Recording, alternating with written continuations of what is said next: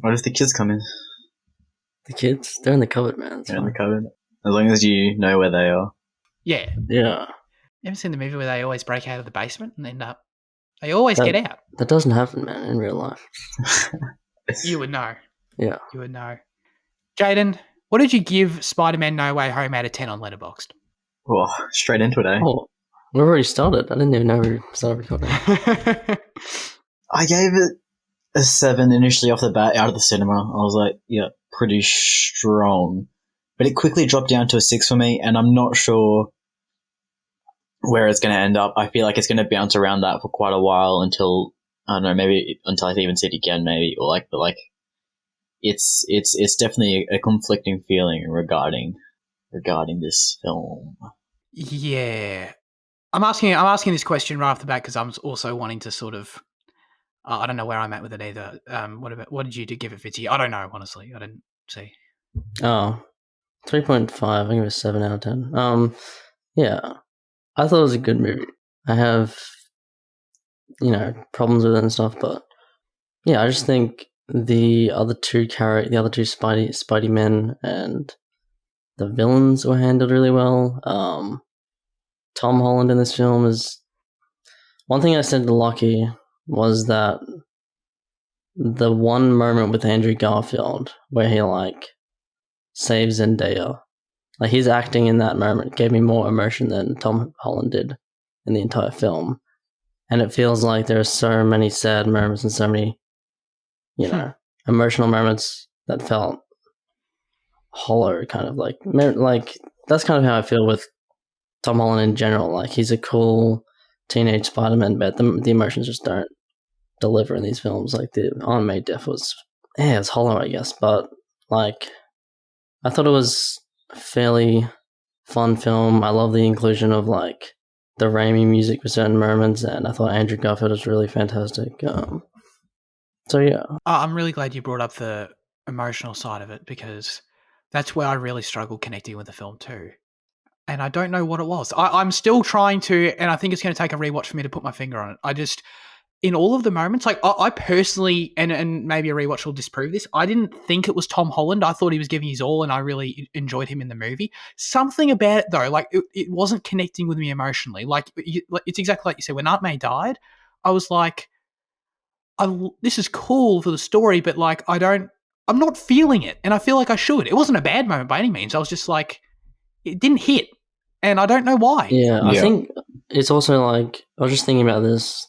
It doesn't feel like his fault at all as well. In the other two origin films do the death of, Ben a lot better, where you actually feel like Peter was a bit of a dick and he did something wrong and that kind of led to that consequence. But here, Tom Holland is always a good guy kind of, but I think he does make a cool sacrifice in this film, but I wouldn't call that character development or change or anything, just because he doesn't have a bad side to him, or he doesn't have a dark side to him, I don't think, at least.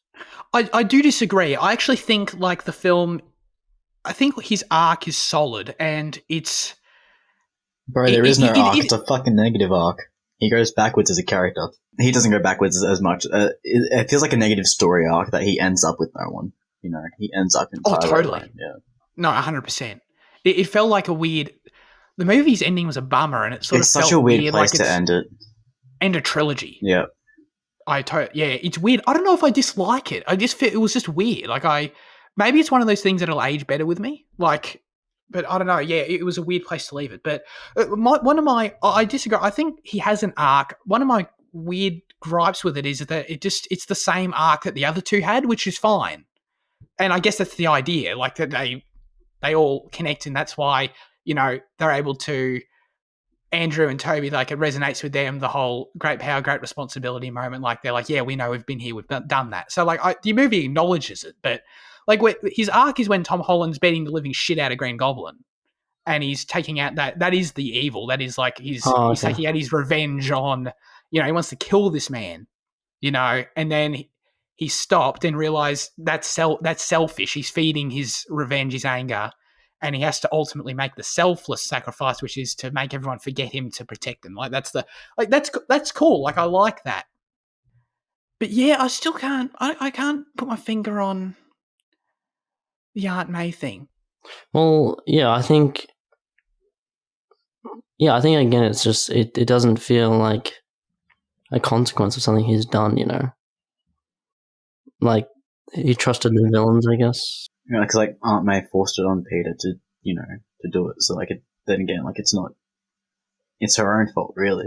Oh, sure. No, she encouraged it, but I think he did do it. Like he chose to, as she suggested to do, and that ends up being the film's point of view is that he did the right thing by helping them. Like that's but like, but that's what he did, and that's that choice though led to him losing her.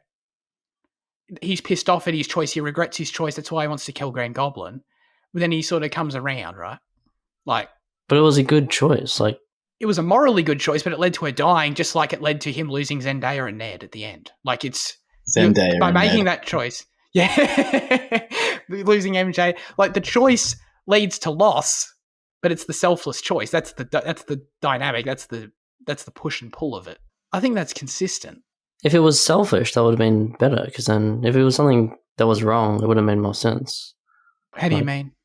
Well, like for the Amazing Spider-Man, or 2002, like they did something that was slightly wrong, and that led to, as a consequence, the person they loved died, and he does everything good and he's good Spider-Man, and then Aunt May dies. Like I don't see how that's better.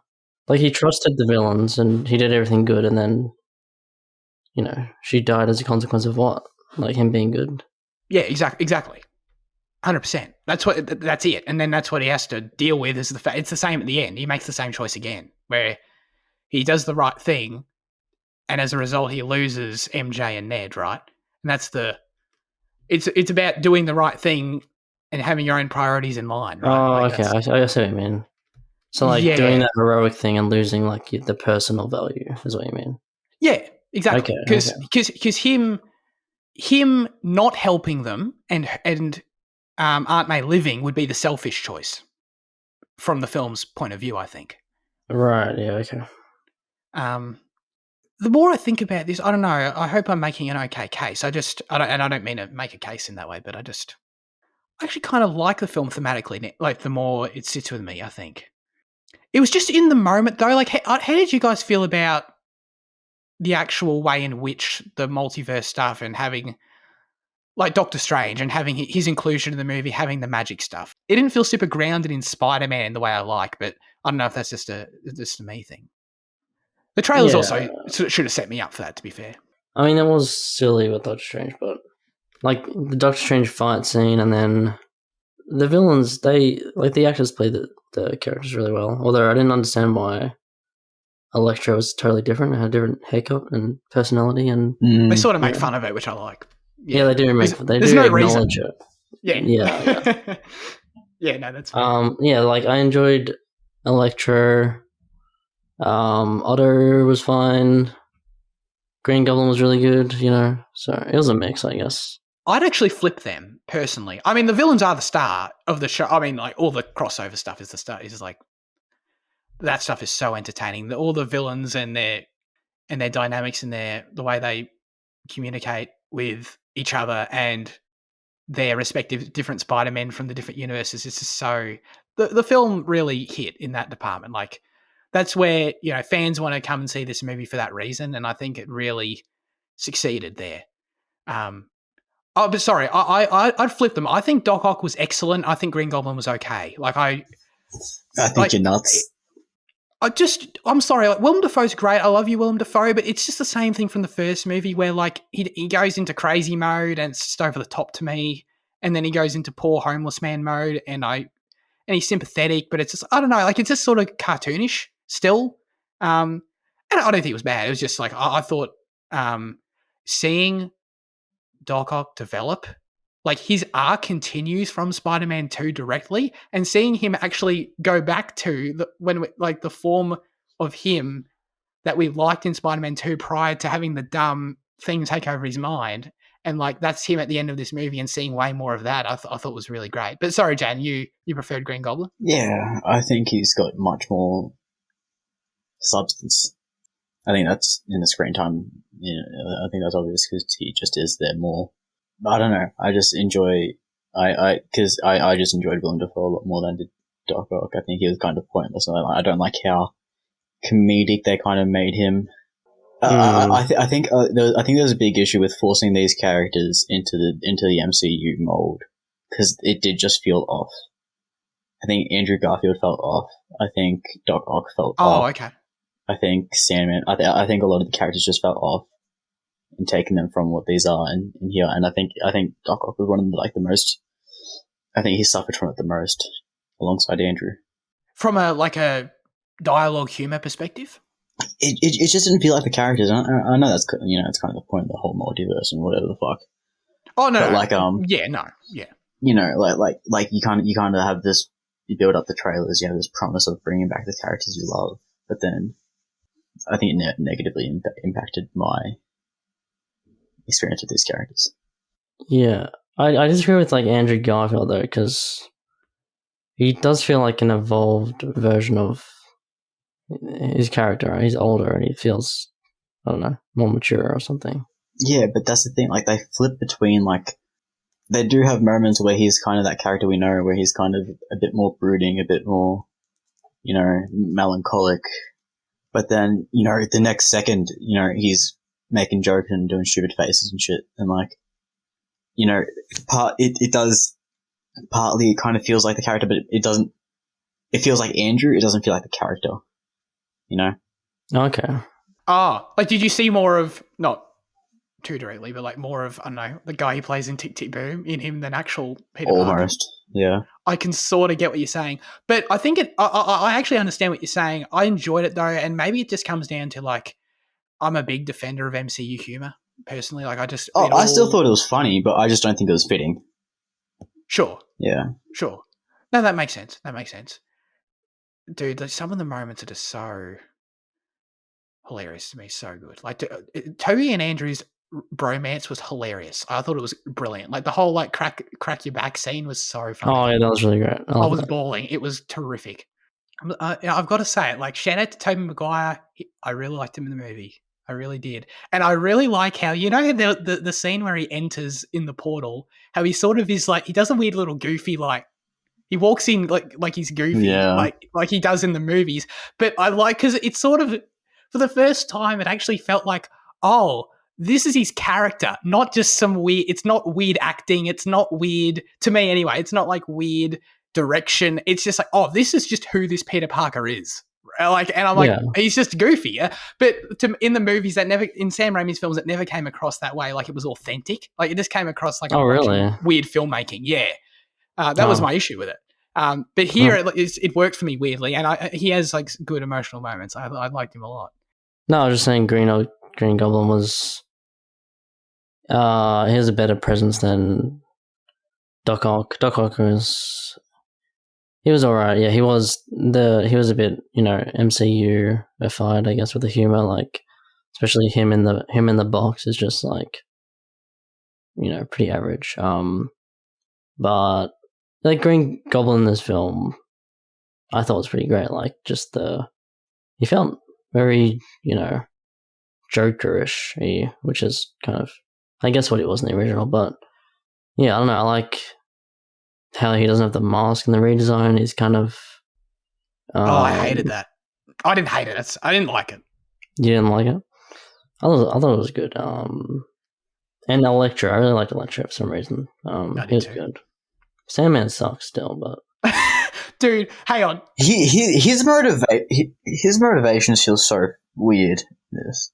Yeah, because he's okay. So in the tower scene, where they all kind of go their own way or whatever. They're all there for different reasons. Yeah. Yeah. He's kind of with Peter. He's a good guy and stuff. Until everyone breaks off, and then he sifts into sand, goes into the ether.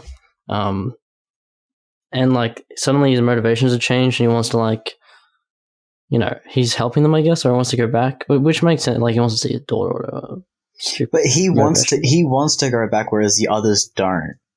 And then, like, it feels weird that he ends up teaming up with the others against Spider-Man in the end fight. I don't know, it felt really Right. cluttered, that kind of... It gets convoluted, I think. Yeah, Because like, why would they want?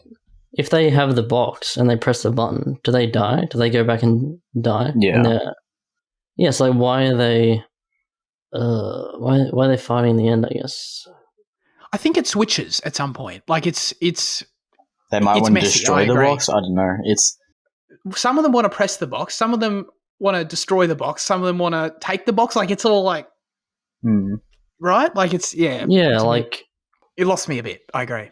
What was your cinema experience like watching this? Very good. I had a packed theater. You would have too, right? At 7. Mm-hmm.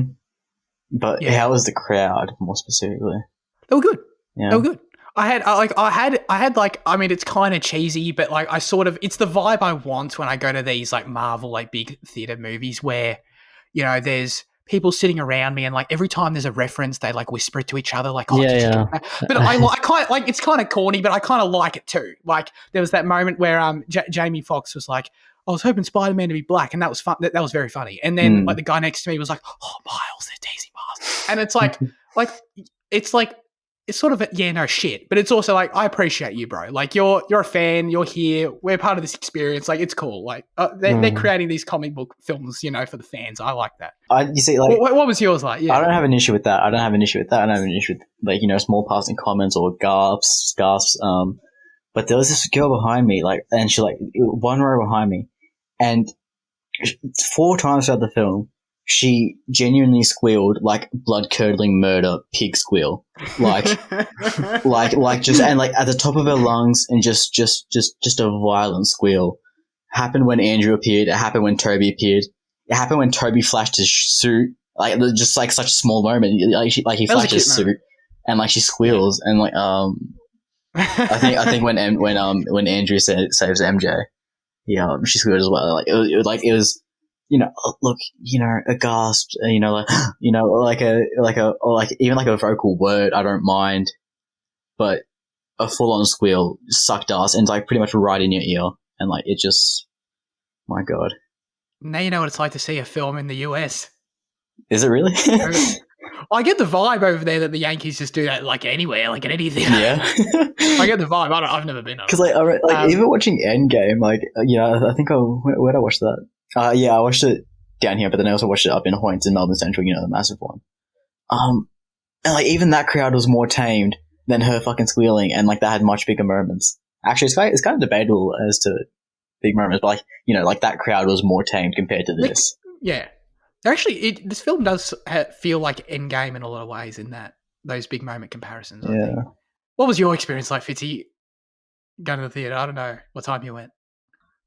It was like half full, I guess. A lot of kids. A lot of toddies, okay. Right. Yeah, but there was a lot of like whispering, as you said, like when some new character appeared, and they're like, "Oh, Doc Ock," it's like, yeah, Andrew, yeah, that's Willem Dafoe. He's in Spider-Man 1. It's like, yeah, all right. Sorry, I was gonna. Sandman wasn't like Thomas Hayden Church wasn't in this movie, right? No, he appears at the end. No, he but that was CG, right? That wasn't. That didn't feel real to me. That didn't feel like they shot that. That felt like it was rotoscoped in or something. Like Lucky was like wondering this as well, because I thought it was him though. Like at the end, he's there, but I thought it was like stuff they just straight up ripped. I'm pretty sure he's credited. Yeah, it makes sense they would still credit him. I guess like, it's like a Mandalorian type thing. Yeah. And the same went for the lizard. Like, was that like when Lizard goes back to his human form? That felt like it was. I watched The Amazing Spider-Man earlier that day, and I swear to God, that's the exact same shot that they cut out. Like, I don't think they were actually in the movie. Yeah. And that explains why they're in their CG forms most of the time. Like Sandman's always standing around as sand. I thought that was weird.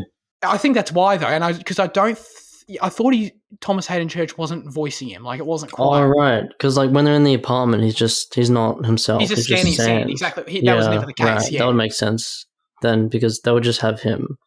Because that would be extra effort to put the CG in, so they would just If the actor was there, they would just have them there. Yeah.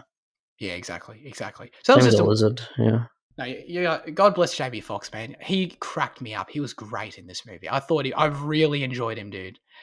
Almost every line of humor he had hit with me. Janen's shaking his head. I don't like how they changed his personality. I don't like how they redesigned him. I don't like that they used Hans Zimmer's score for a second before swapping to just a shitty, with all respect to Michael Giacchino. Yeah, that one. Giacchino. Yeah. It doesn't come close to Hans Zimmer's Electro Suite, so I know. Yeah. I don't like anything they did with Jamie Foxx in this.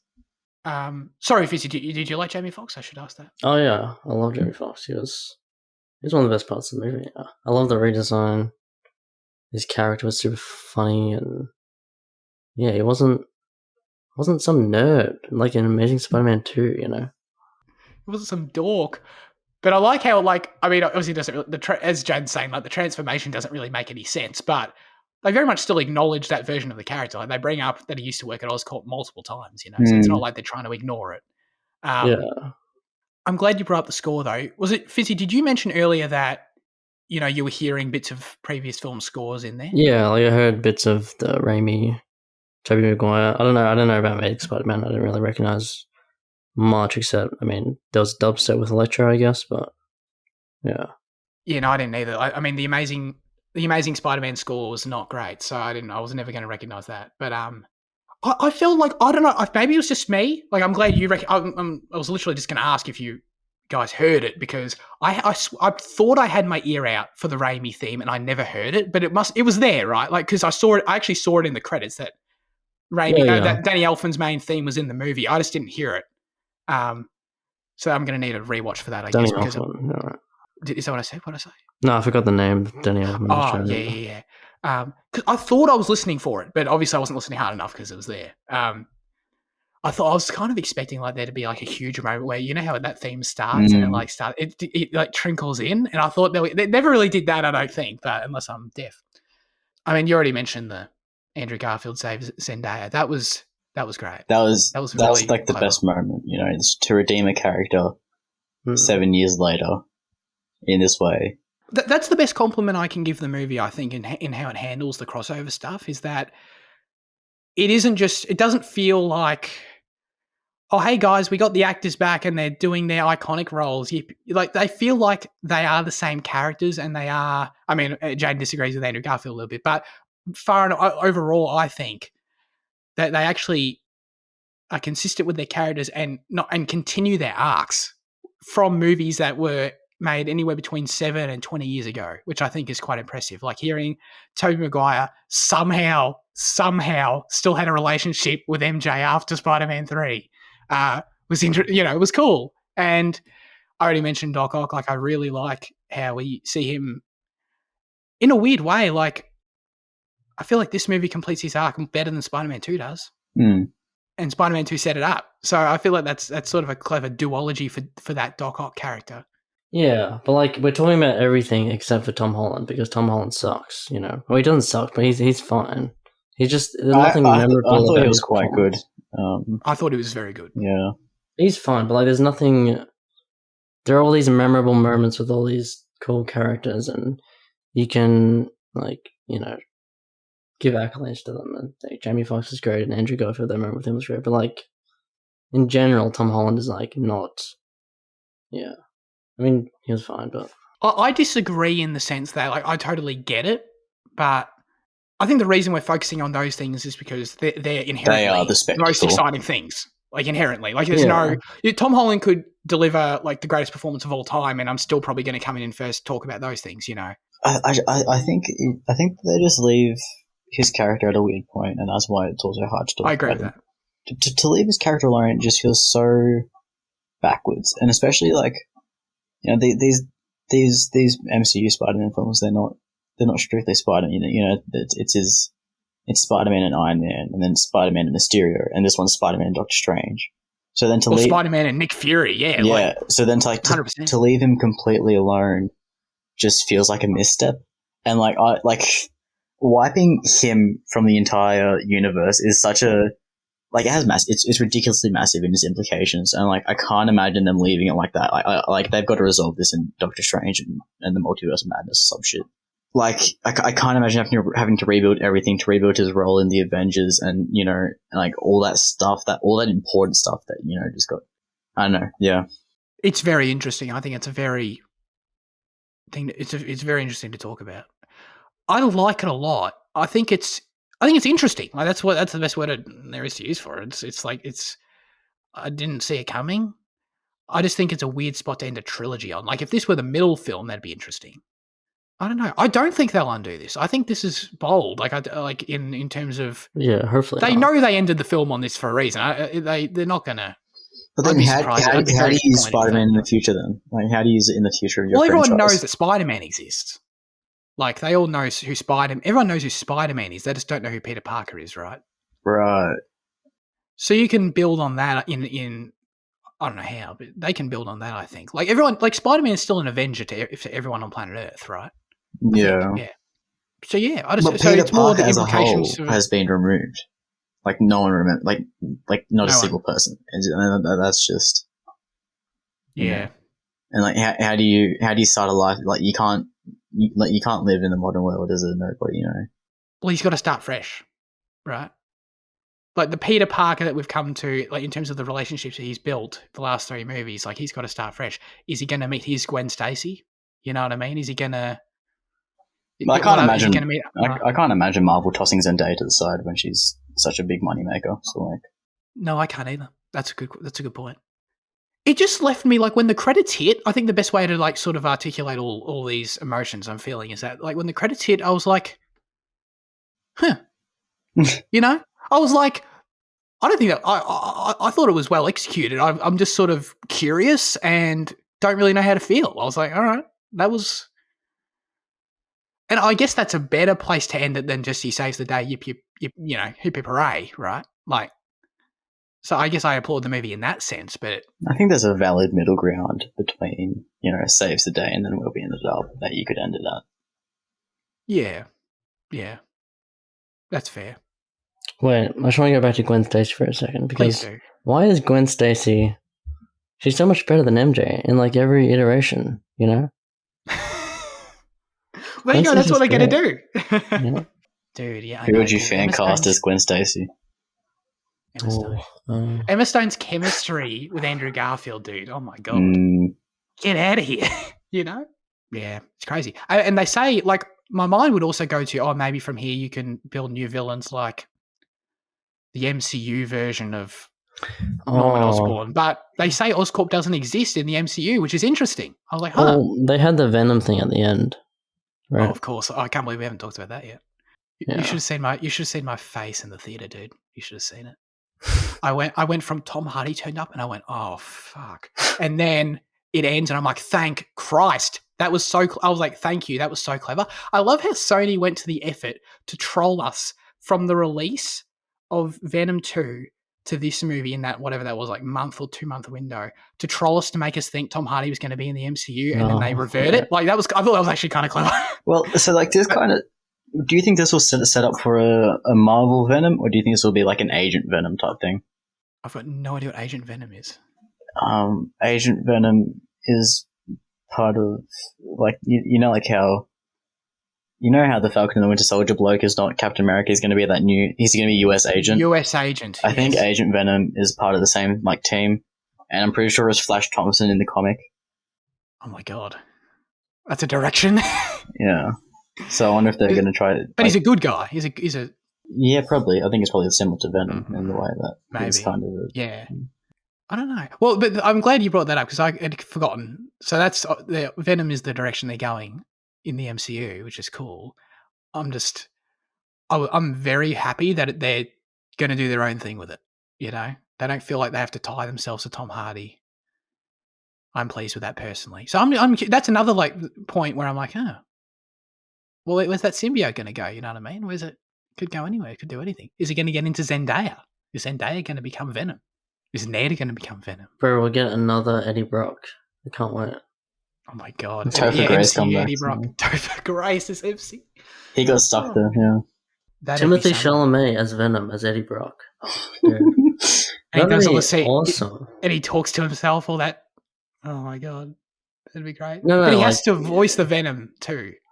No, I mean like Spider-Man 3 Venom, like edgy Venom. Edgy Venom. Yeah, Timothy Chalamet, edgy Venom. Yeah, Dude, What that's you what got- Kevin Feige's calling him up right now, wanting that. What do you think of the very like the end credit scene? The Doctor Strange, because like Doctor this, Strange Oh, trailer. it is just a right. trailer. It was just a trailer. Like it was just a trailer. It was literally a trailer, Yeah. and I was like, you couldn't say this for any other time. I mean, like, it felt a bit weird though. Like this is the first time they've shown us like a full trailer at the end, right?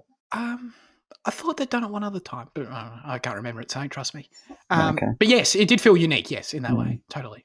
Yeah, I mean, it sort of makes sense in that obviously the reason Doctor Strange is coming out fairly soon, the reason that they probably don't even have a trailer yet was because of this movie, so like this is the earliest point you could ever put it, without spoiling this movie, so I guess that made sense. Yeah, it was interesting, I don't know. I must say that trailer didn't do anything for me. Really? Definitely intrigued now. No. Seeing Jonathan Majors and whatnot. Oh, yeah. Oh, my God. I forgot about that. Sam Raimi behind the camera, of course, so that's going to be wild. Yeah, that's definitely going to be interesting. That I don't know. Is there anything more to say about Zendaya and Ned? Like, I thought Yeah, I they, was for going to say, me, continued the trend of Homecoming and Far From Home of being really fun supporting characters, in my opinion. I think yeah, MJ actually had a character this time, rather than just being just moody. Emo. Yeah, moody, not like the other girls. Person. She's actually like. But that was sort of the idea, though, right? Is that it was an act, like that was sort of bullshit. That's what I got from it on rewatch, anyway. I think, which I kind of appreciated. But you're right; she's definitely fleshed out here. Yeah. Oh yeah, it was just a good little trio. I thought, this was the most that it felt like a trio. The other two, Zendaya is kind of off to the side of it. So yeah. That scene when they're at Ned's grandma's and when all the cracked me up. Like it's so MCU, don't get me wrong, but like get the cobweb and all that shit. Like it was just it got me, dude. I was so in for that. And I thought Andrew's comedic chops were really solid too, like in all that stuff. Yeah. I thought he slotted into MCU humor really well because his film, I haven't seen Amazing 2 in ages, but his first film wasn't like that humor wise. I just like the moment, when they all jumped off together. Yeah. And you saw them like swinging off each other and stuff like that. That was very, very pogus. That was good. I was going to criticize the final fight and be like, well, you couldn't hold the camera still for 2 seconds, but then they cut to that wide shot of it, and I was like, okay, there you go. But like the first half of that fight is just up and down camera as Peter just slogs him and it's like, but yeah. The second half got better. What do you think of the runtime? Oh man, Pacing was very good in my opinion. Yeah, but it was a long film, right? 2.5 hours. It was very long. Do you think Dune length? Do you think a better director could have handled the same amount of characters in less time? I don't know what you'd cut, but because you need space for all the characters to to breathe, to get to know them all. Yeah, but you still don't really get to know them all. Like a lot of them do just feel like add-ons. Yeah, Sandman and Lizard, I guess. So.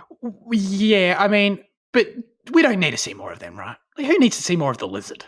Yeah, I feel that's what I'm saying. I feel like a better director could have kept them parts equal, and then I think John Watts has done a pretty good job with the previous two.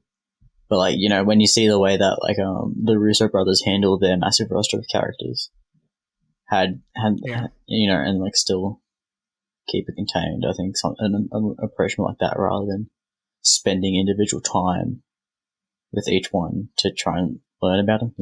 Yeah, I don't know. I thought you did a very good job. Is how I would summarize it, I guess.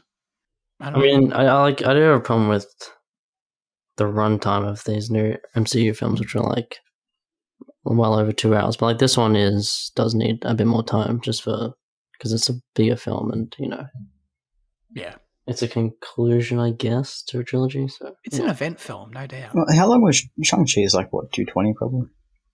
Yeah, like that doesn't need to be that long. Yeah, it was long. And was Black Widow is probably what, just more than 2, or it was 2:12 or something, if I'm not mistaken.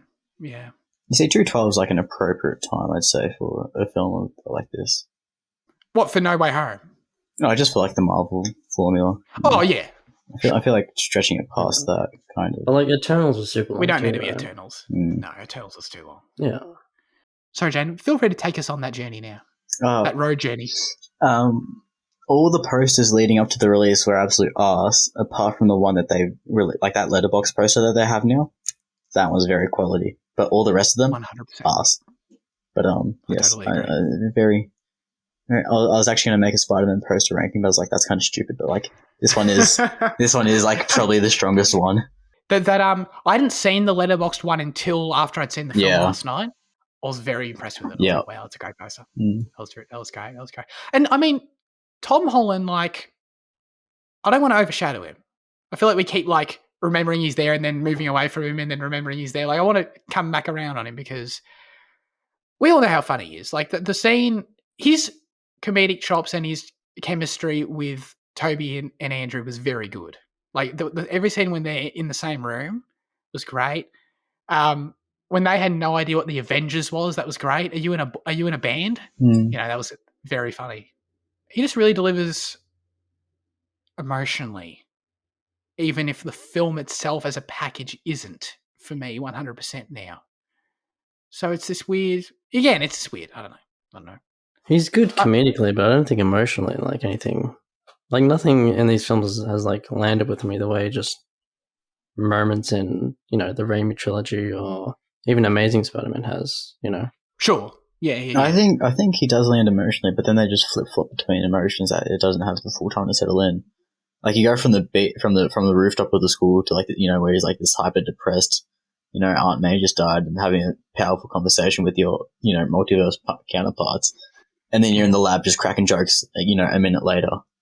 So like, you know, like I think the shit hits, but it just doesn't leave you like a long enough time to let it actually like properly, you know, sink in. Yeah, I think that's a valid criticism. Yeah, like the fact that I like his character and the devil all the time, and I can connect to that character is kind of indicative that there's something there. But like, yeah, the movie cuts to comedy too quickly. It's too, I don't know, it's too scared, you know, to let things relax, I guess. Yeah. To stay on like a sad mood for like more than, you know, 5 minutes.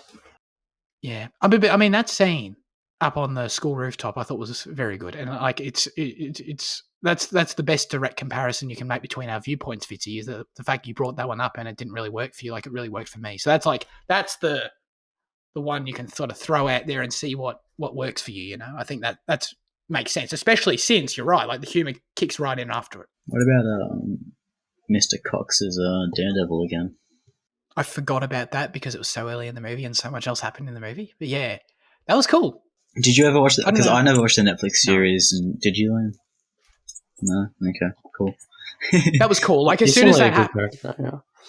Yeah, totally. And it's funny, like seeing him in this movie, I was like, his screen time was enough for me to be compelled by his character to maybe like watch the show because I thought he was very good. Like just in that scene. Very good, yeah.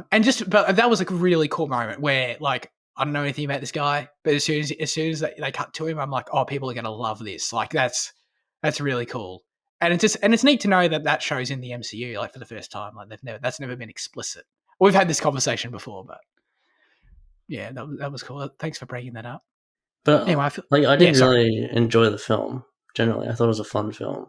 Yeah. Did you think Toby was gonna when he was stabbed? I thought he was gonna die for sure. Oh.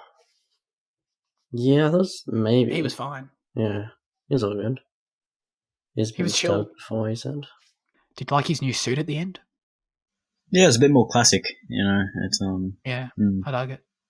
It was cool. We'll see what they do. We'll see who the symbiote. I assume it's just going to be like, who's the symbiote going to attach to? Is it the symbiote is going to attach to him, and that new suit's going to become the black suit. I can't wait. And then we're going to get emo Tom Holland, bully Holland. Hell yeah, dude! I can't wait for that. That would be sick if that happened. That would make Fitzy love Tom Holland Spider-Man. Yeah, well, absolutely. It's like the MCU is eventually going to lead it to Miles Morales, right? Like they will just make the swap at some point, surely. Right? I'd think so. Yeah. And I wouldn't be surprised if, like, that's sort of a main element of this new trilogy. Yeah, if we see him early and then, like, see him come into it or something like that. Yeah. Wouldn't shock me at all.